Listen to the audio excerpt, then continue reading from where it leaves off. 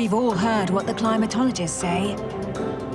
If we don't reduce CO2 emissions, our planet will become uninhabitable. The massive wildfires, heat waves and floods we've seen recently are a wake-up call. And yet, in the face of climate change, almost nothing about our lifestyles has changed. Because our inability to grasp the full extent of the situation prevents us from taking action. Our own brain refuses to see what's really going on. In the face of negative events, we tend to bury our heads in the sand. Denial, deforming reality. Research around the world is revealing the psychic mechanisms that blind and paralyze us. Our brain pays attention to information that confirms our worldview, not information that contradicts it. The threat is apparently too vast, too abstract, and too intense to shake us from our lack of concern. There's this idea that technological progress will always save us from any predicament we might find ourselves in. How can we shake ourselves from our collective inertia and change our behavior? Psychologists around the world recognize that there is a fundamental role that their discipline plays in tackling climate change. We are going to explore the brain's mechanisms that make us bury our heads in the sand when it comes to climate change, and seek the psychological resources that will allow us to face the threat.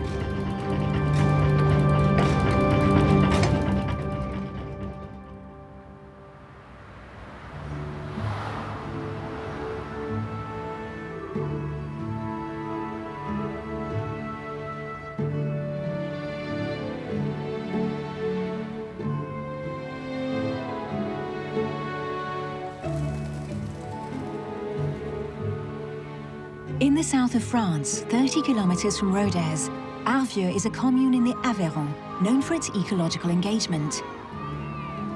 Here, climate change issues are introduced at a very young age.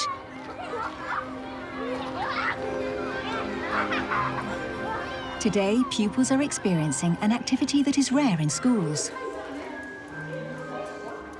The Climate Fresk is a workshop created by a non-profit organisation that explores the inner workings of climate change. The session is led by Benoit, who has made ecological transition his personal issue.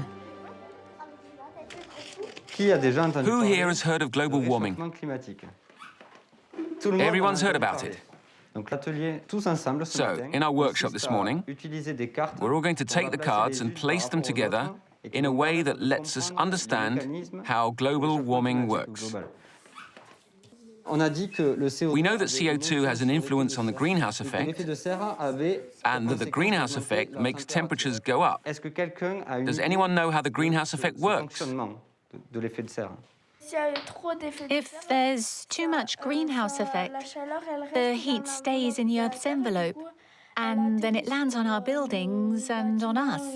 And that's why it's so hot in the summer and all that. And all that has a certain number of consequences, both on biodiversity and on climatic events, which are going to become much more extreme than what we're used to, and will drive populations, particularly the world's most vulnerable, to migrate. They'll have to leave their homes because the area where they live becomes uninhabitable. Does that worry you? Yes. Yes? Yes. So let's read the card. I buy things. Where do we put this card? With the first ones. Exactly. I turn on the air conditioning or heat. I take the car or plane. Great. So as you see, these cards describe human activities. These human activities have an impact on CO2 concentration, which increases the natural greenhouse effect. And what you need to understand in all this, what's very, very important, is that this is happening everywhere on the planet, because we do all these types of things. And the goal is to be able to control our actions as much as possible, so that the temperature of the planet doesn't rise too much, so it can still be inhabitable. Children have a firm understanding of the role our daily behaviour plays in climate change, just like adults, actually. And yet scientists have been sounding the alarm for ages, and still nothing about our lifestyle has really changed, as if the threat weren't real. Most of us know the tale of the frog that is placed in cold water, and then when you heat the water very, very slowly, the frog never jumps out and it boils to death. Well, human beings are on a planet that is heating very, very, very slowly. And the question now is, are our brains capable of detecting that and dealing with the problem? Because unlike the frog, we've got no place to jump to. What is not registering in our brains? Why are we letting the temperature rise without doing anything about it? Global warming triggers a few different biases, actually, that make it difficult for people to act. One is that it is a negative event where most of the negative consequences are way in the future. If I recycle, for instance, a tree isn't going to appear in my yard, and there's no direct punishment either. If I don't recycle, an ice cap isn't going to fall on my head. So there's a time lag between cause and effect. The trouble we have in correctly evaluating distant threats is part of what scientists call cognitive bias. An unconscious distortion of reality that fools our brain in uncertain or stressful situations. In terms of climate change, there is a hurdle in our brain we need to overcome. This hurdle is the feeling, created by our brains, that we are basically invincible, that the bad things the future has in store for us won't actually affect us. A professor of neuroscience at City, University of London, Andreas Kappas, is an expert in cognitive bias. His research pursues the experiments Professor Neil Weinstein carried out on students in the 1980s. Experiments that revealed just how much our brain takes liberties with reality. In today's class, we're going to do a little experiment. I'm going to ask you a few questions, and all you have to do is raise your hand if you agree. Who thinks they have a better chance than others for marrying someone rich?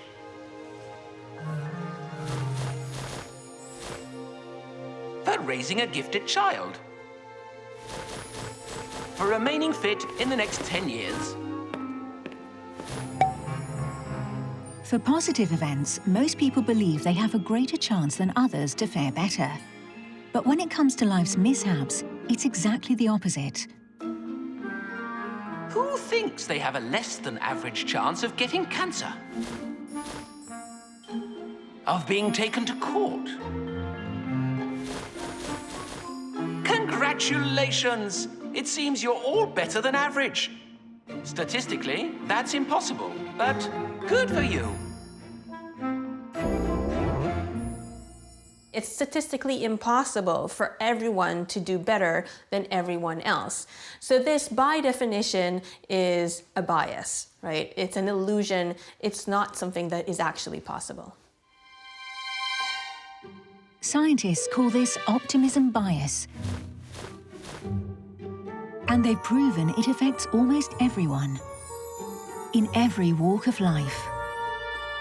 This shows that whether or not you understand statistics, whether or not you are intellectually gifted, it's true for 80 to 90% of the population, regardless of whether they're a teacher or student or construction worker or employee.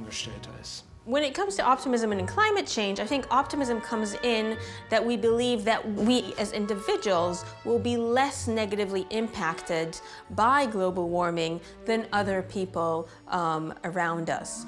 So we underestimate our own negative consequences.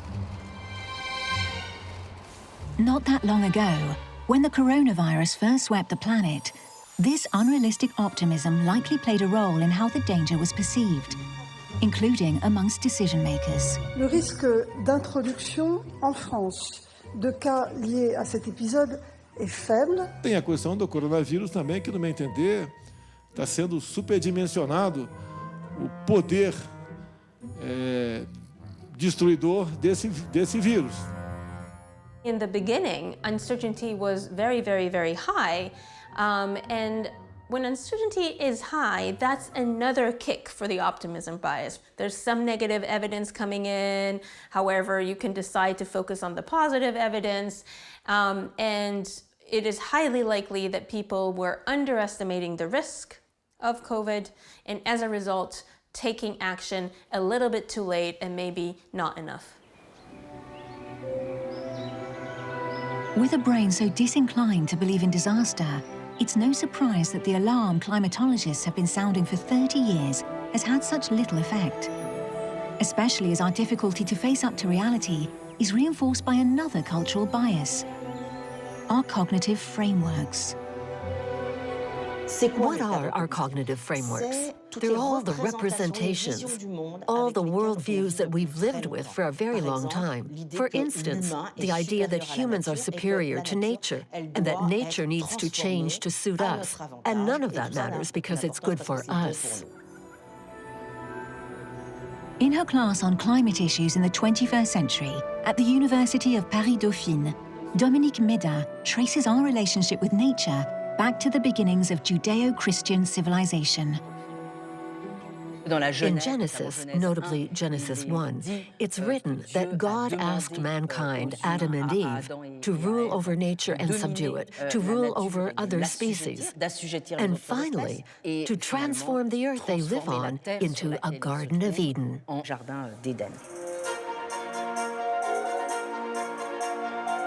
The incredible scientific and technological progress of the past 2 centuries have since given mankind the actual power to transform the planet, boosting our sense of absolute power that allows us to bury our heads in the sand in the face of the climate threat. Until now, technological progress has always gotten us out of every tight spot. It's allowed us to treat major diseases, pandemics, including this one, by developing vaccines. So I think that behind all that lies the belief in the power of the human genius. Yet today, this feeling of impunity has begun to waver. And more than any scientific graph or chart, actual disasters are rekindling the threat.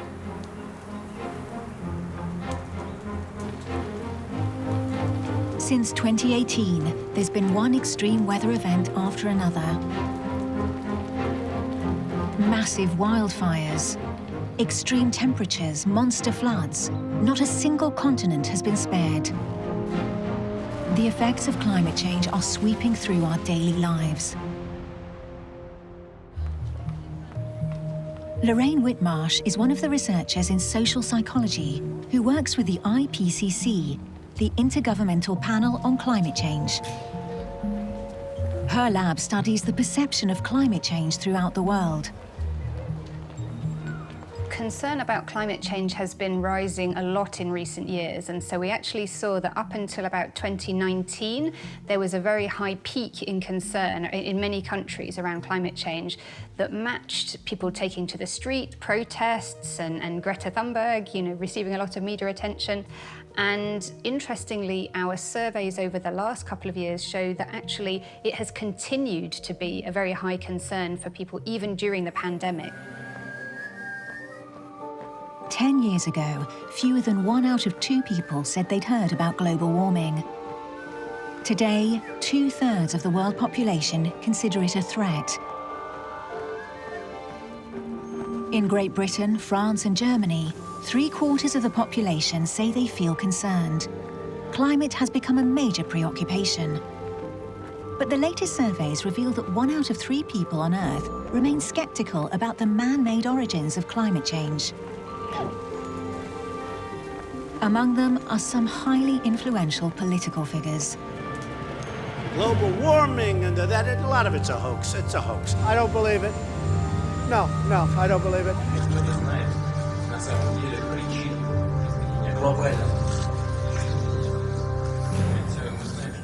These official declarations are undeniably dictated by financial and economic interests. But despite scientific evidence, 100 million Americans and 70 million Europeans today sincerely doubt the element of human responsibility in global warming. How can we explain this reluctance to acknowledge what is so obvious?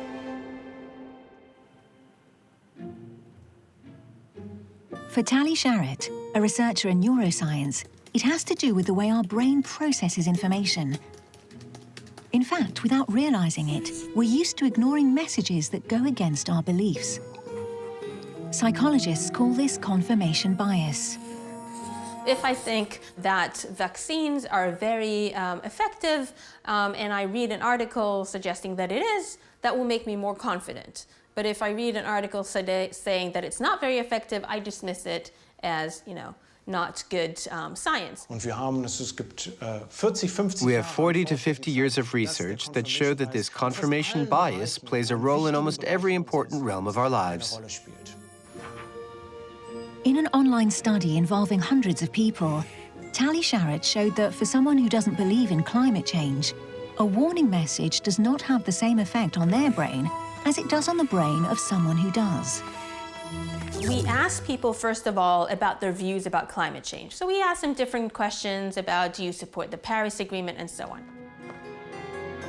Based on those questions, we divided them into those that were believers that climate change is real and is man-made, and those that are a bit skeptical. Participants were then asked to give their own personal evaluation of global warming.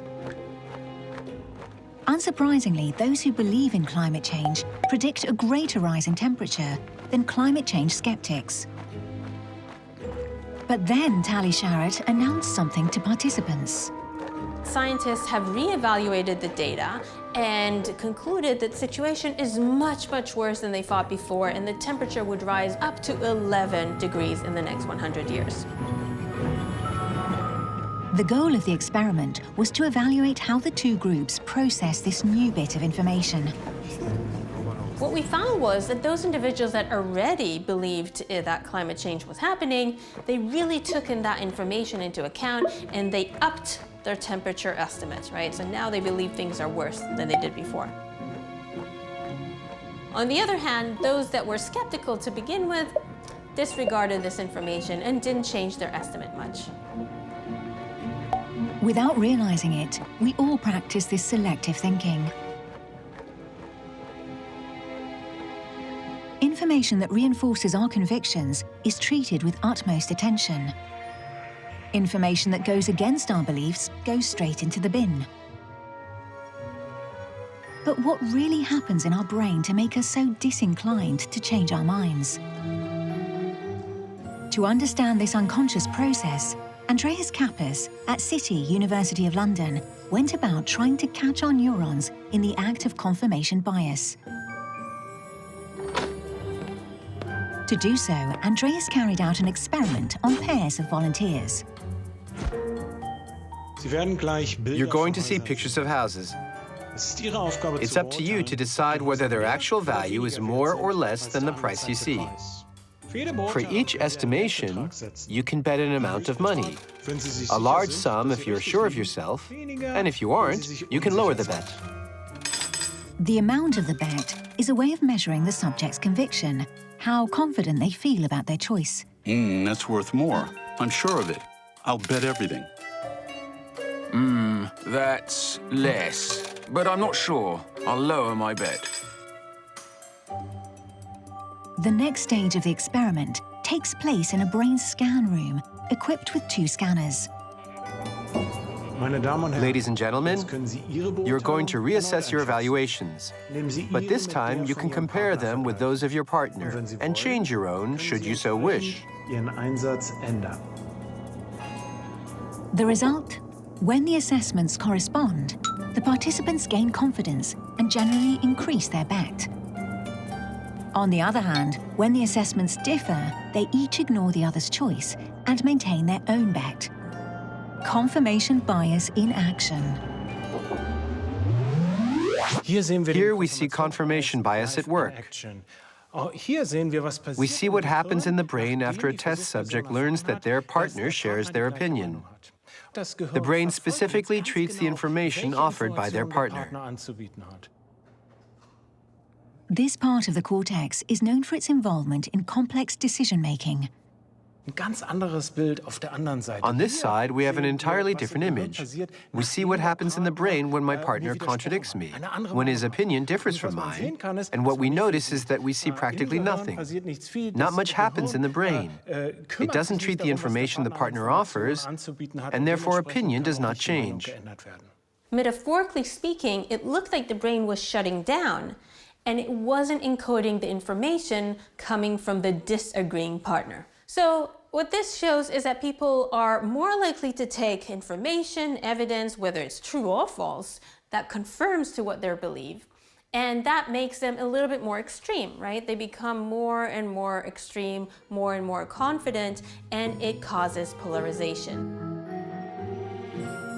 This functioning that is deeply anchored in our brain explains how hard it is for all of us to change our minds, and obviously raises questions about the best way to communicate about the climate. When you try to convince someone that climate change is something we need to take seriously, it's important to remember that if you offend them by saying, "You're wrong, I'm right, now listen to me," at that point, you've already lost them. What you need to do is find some common ground, something you both agree on, so that their brain stays engaged and they can actually listen to you.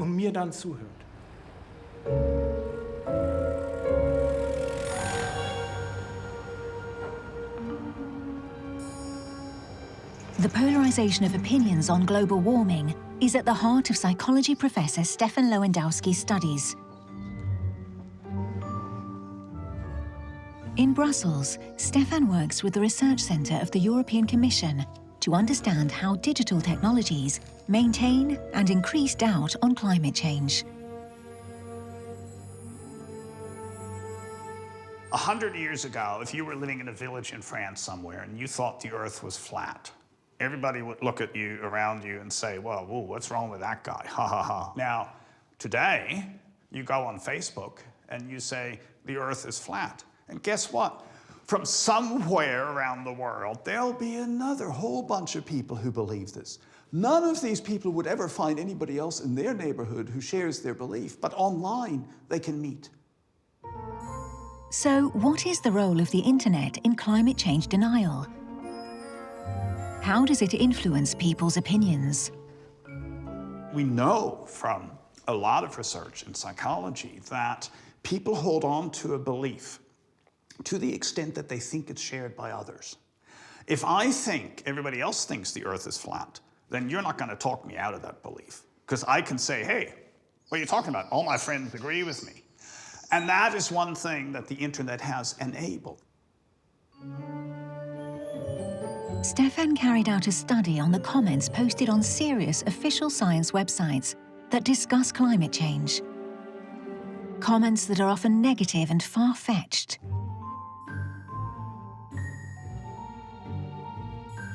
The planet hasn't warmed in 15 years.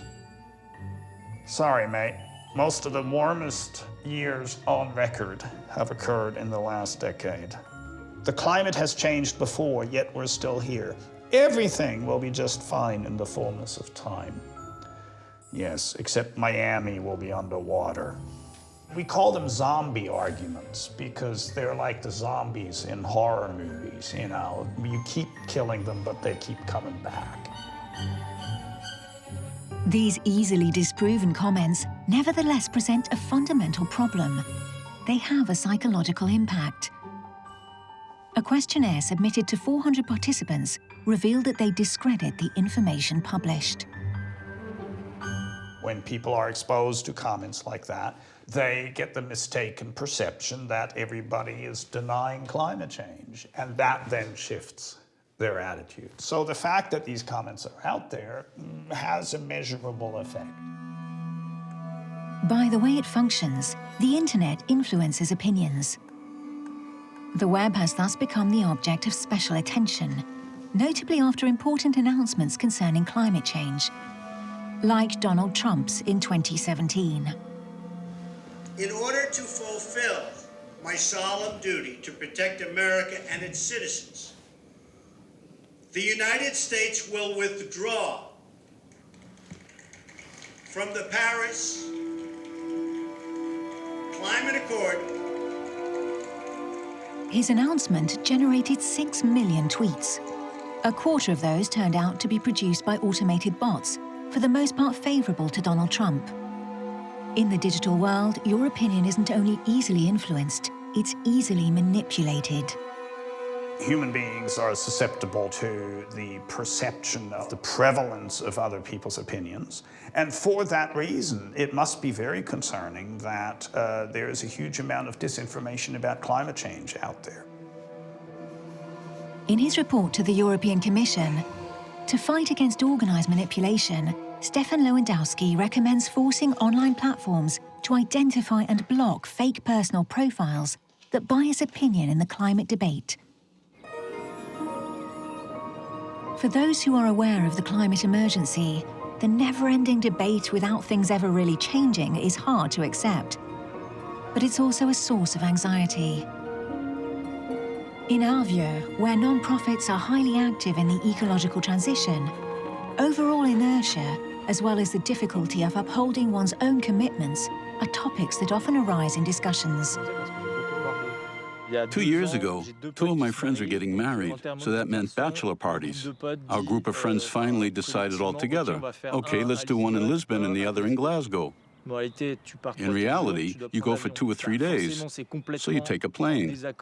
Obviously, that goes completely against what I know and what I do, my job, my commitment and all. But in the end, it didn't take me long to decide, thinking, well, no, I'm going with them. I set up my vermicompost and all, so I find positive, good things. But I know that I do shitty things alongside that. And when my 5-year-old comes home from school and says, Dad, is it good for the planet if we do it like that? I go, you're 5 and you're saying that? There are kids who, for example, start crying at home because they see their mum come home with a, I don't know, let's say some groceries in plastic bags and plastic bottles. There's a dissonance between what I've just learned and the lifestyle I'm involved in. Among young children, these contradictions provoke a blend of distress and anger.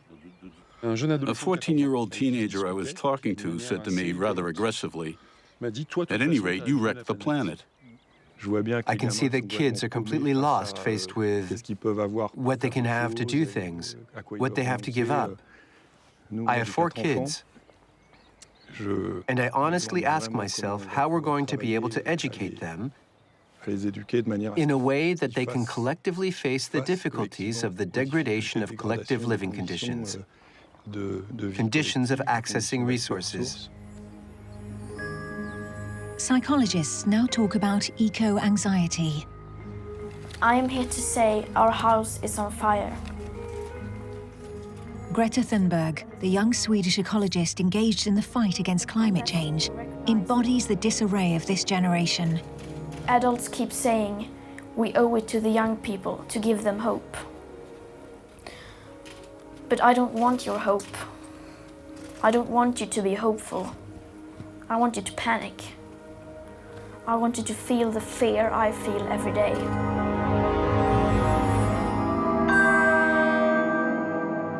A fear that sometimes borders on pathological anxiety.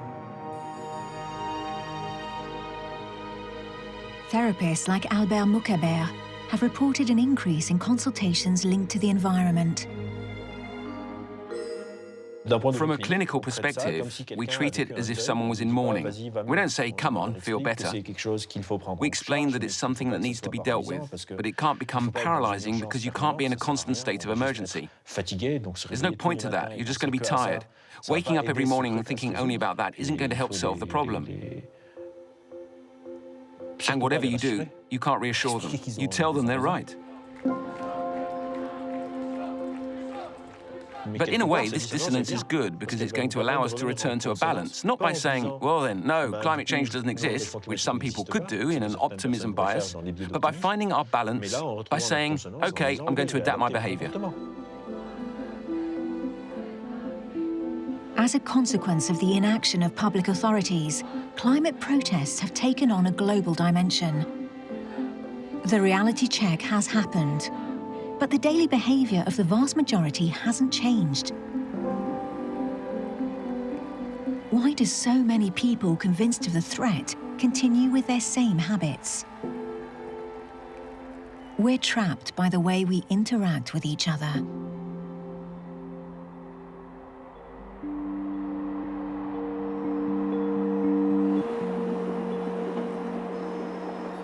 Our decisions in the face of climate problems are influenced by other people's reactions and the expectations we have in terms of the others around us.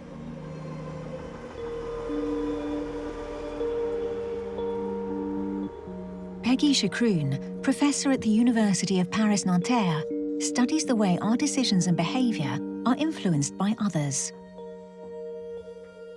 She continues the research done after a tragic story that made the front-page headlines in the 1960s.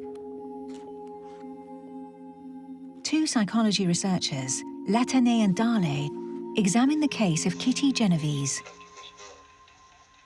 You probably are familiar with it, but a young lady got stabbed to death by a random killer, and her neighbors watched while this went on. It went on for about 40 minutes, and nobody helped, and the police were not called until much, much later, and so finally she died.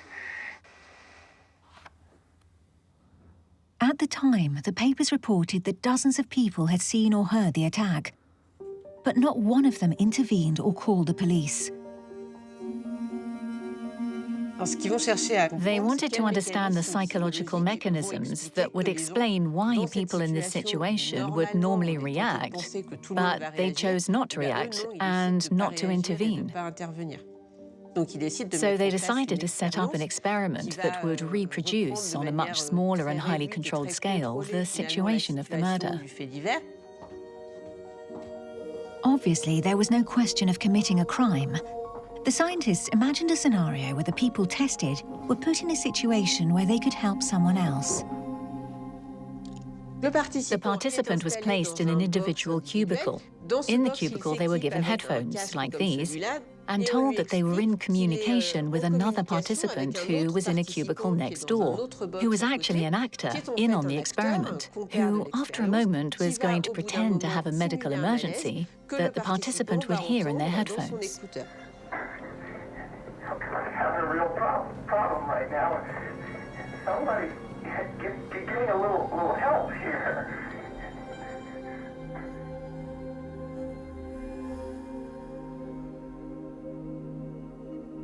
The result, in 80% of cases, the test subject, thinking they were alone, came out of the cubicle to call for help.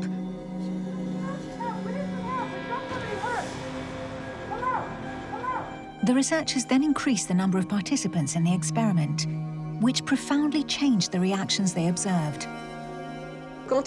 When 3 participants witnessed the problem, they intervened less frequently than the participants who were alone.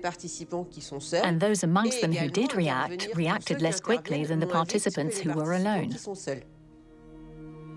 The more people there are who can potentially react, the more we feel allowed to do nothing. Because someone else can take action instead of us. The phenomenon was dubbed diffusion of responsibility, or the bystander effect. Peggy Chacroun has shown that it also applies to environmental issues.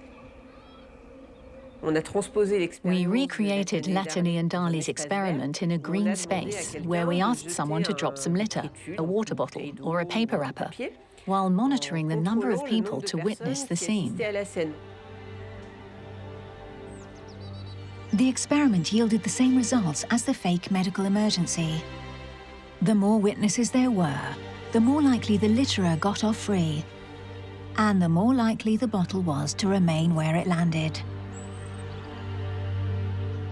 When you're in a situation that isn't really clear, when you're not exactly sure if it's your responsibility to step in, the first thing we do is look at other people's reactions. Everyone interprets a situation the same way by looking at others, but no one does anything, which explains why it takes longer to act when there are more people, for instance. Encumbered by the bystander effect, our brain has trouble taking the initiative for better environmental behavior. Other people's inaction inhibits our own desire to change. But although some of our bad habits persist, it's also for a more trivial reason. Do you really know what things in your lifestyle truly impact the climate?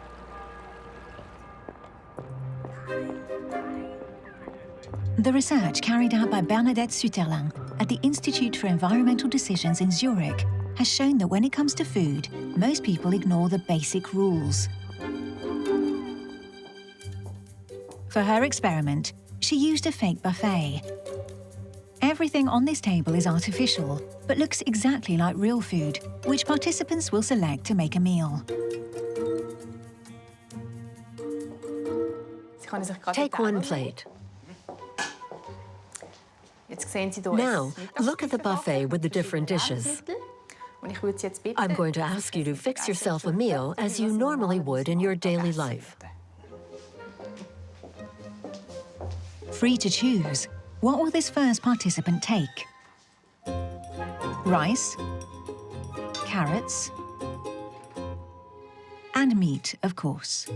A steak and a beef fricandelle, the things that have the highest environmental impact. We need to eat as few animal products as possible, and especially consume as little meat as possible. Because of all these products, meat has the highest environmental impact. It's estimated that animal products alone represent half of all greenhouse gas emissions linked to human food production. If you do want to eat meat, you need to pay attention to what kind you choose. In other words, you should opt for chicken rather than beef or veal. But do we really think of this rule when we want to eat more ecologically? Bernadette asked half the participants to compose their meal with the environment in mind.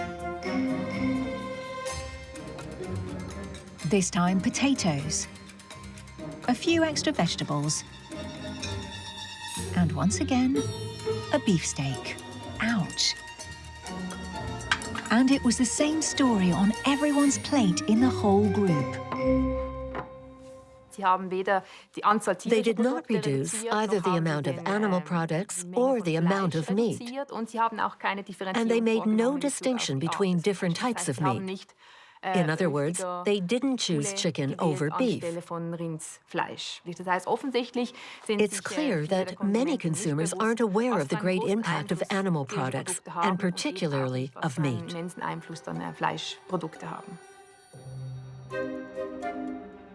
Another key element in the experiment was the origin of the products listed on the labels.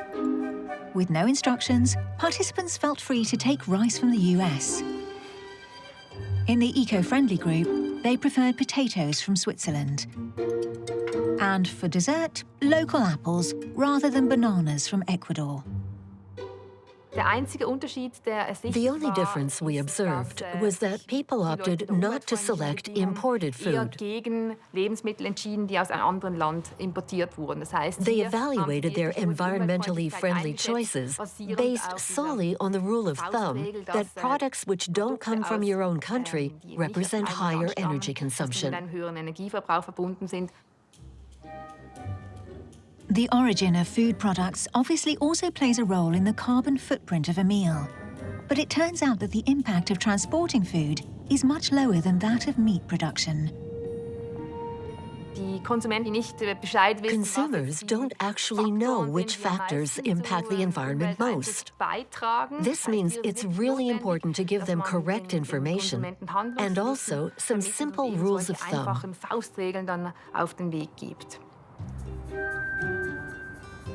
To effectively reduce our individual carbon footprint on a daily basis, we must first and foremost limit our purchases of manufactured products, eat less meat, opt for public transport, avoid traveling across the world on vacation, and live as much as possible in a well-insulated home.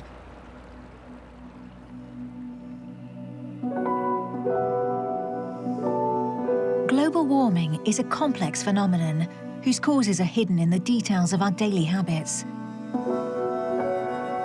It is therefore absolutely necessary to inform ourselves as consumers. But that won't be enough to change our habits. Because our consumer reflexes are deeply rooted in our brains. A lot of the things that we do, how we travel, how we eat, the things that we buy in the supermarket, these are driven by more unconscious habits than actually a conscious reflection over the pros and cons and maybe the environmental impacts of different products. Nadej Zhaw, a researcher in neuroscience at the University of Plymouth, has discovered the unconscious mechanisms that guide our purchases and push us to always consume more. The purchase of a product is not simply motivated by our need for it, but it's also a mark of our social status. Owning brand name clothes, a nice car, can signal our place in society, our importance in our group. So having as much as or even more than others is very important to us. To evaluate the importance social comparison has in our consumer habits, Nadej ran a neuroimaging experiment on subjects who were confronted with what they owned. The participants simultaneously play a sort of wheel of fortune and are able to compare what each of them wins. One of the pair plays with a head in an MRI machine. With each game, the subject must choose and launch one of 2 lotteries that appear on screen. In the first wheel, you have 1 out of 4 chances to win 10 euros, and in the other, 1 out of 2 chances to win 5. Is that clear? Let's go.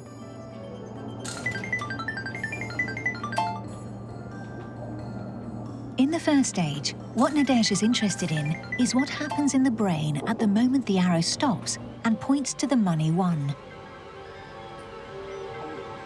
Not surprisingly, winning money activates the reward system. This is a region in the brain that gives pleasure and drives behavior necessary to the survival of the individual and the species, like eating or having sex. Now, the goal is to observe what happens when the subject also sees what the other player wins. Now you're going to play at the same time as your partner, and on the screen, you'll see what each other wins.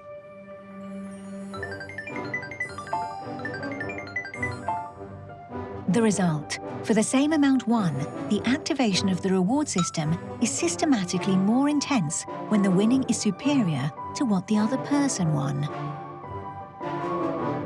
It's more satisfying to win more than the other person than to win the same thing by yourself. The fact of knowing we have more than others is a source of pleasure. Having nice clothes, a beautiful house, a big television, those are things that are going to directly activate the areas of the brain associated with the reward system.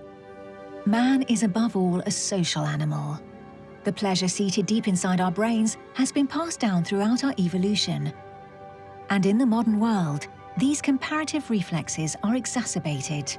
Recent studies in social psychology have shown that social media increases the effects of social comparison because instead of merely comparing ourselves to our neighbor or coworker, we can compare ourselves to a very large network of people, and that creates envy.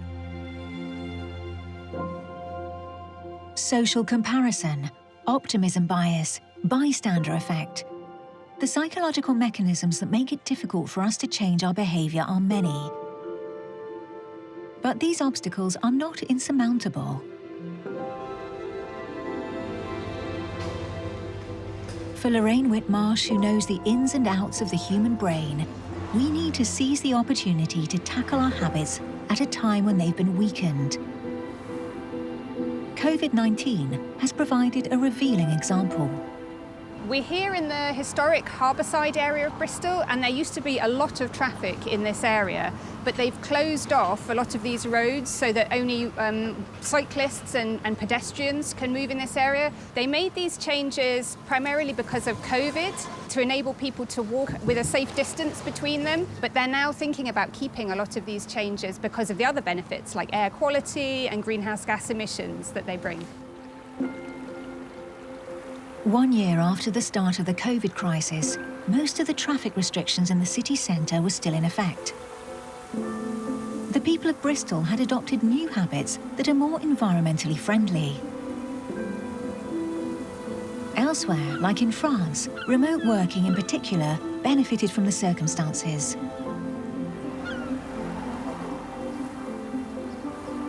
According to Lorraine, the smart strategy for public policy is to target people at transitional moments in their lives.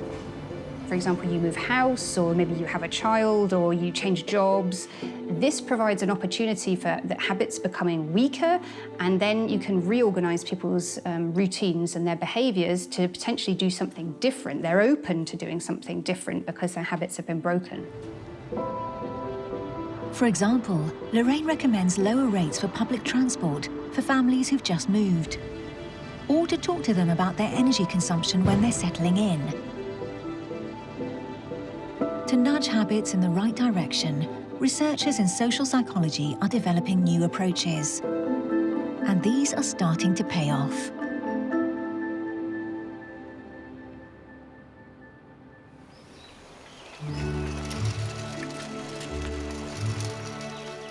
Most of the inhabitants in this residential neighborhood are participating in an experiment organized by the Zurich University of Applied Sciences, the ZHAW. The study, involving 70 households, aims at optimizing techniques to encourage energy restraint. The Pielo family joined the program in 2019. The ZHAW had us sign an agreement to participate in recording our consumption habits with different types of programs. From the start, I thought it was a very good idea. In this experiment, participants aren't given specific instructions for saving energy, but a subtle system encourages them to reduce their consumption. Scientists call this practice nudging. Nudging is a method to help or encourage the consumer to make positive choices and to steer them in the direction you want. For example, the Amphero device in the shower that gives you real-time feedback on hot water consumption. The ice cap the polar bear stands on melts over time. At a certain point, there's no ice left at all. I didn't realize that at first. My neighbor told me. Every time she took a shower, the polar bear had no more ice. In our home, the polar bear always has ice. That's because we don't use as much water as she does when we take our showers. I looked to see if the tip of the ice is already melted and how many liters I've used. It appeals to our emotions. People are concerned about the polar bear and want to save it. It has a motivational effect. When they put it in, the kids would play it, who used less. I only used 8 liters, while I only used 7. To the point where we as parents had to step in and tell them, cut it out, you do need to get clean. To reduce energy consumption even more, the scientists also brought social comparison into play. The same reflex that pushes us to overconsumption is used here to favor more virtuous behaviors. Here you've got hot water consumption for the past week. This is what we've consumed, and this is what the whole area consumes on average. We did a good job because we're among the most economical. It's not like that every week, but this week we did really well. Up top, you can even see the smiley face, which means we've handled our consumption well. We're proud to get a newsletter like this that says we've done a good job.